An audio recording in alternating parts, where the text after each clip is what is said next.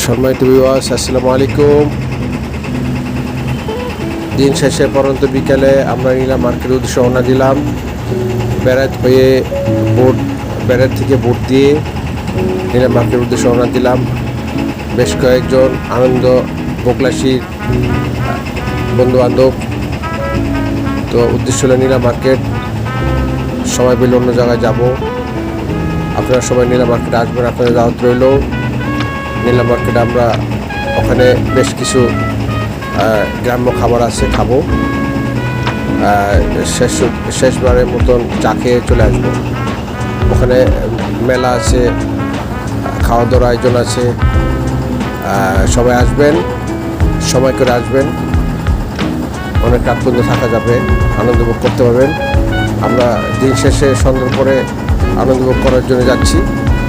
দিনের বেলা রৌদ্র থাকে, আবহাওয়াটা একটু হার্ড থাকে, এই জন্য আমরা রাত্রেবেলা ঠান্ডা পরিবেশে যাচ্ছি।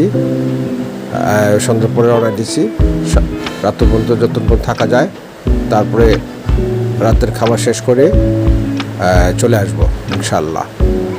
তো আপনারা চলে আসবেন সুন্দর আনন্দ উপভোগ করার জন্য।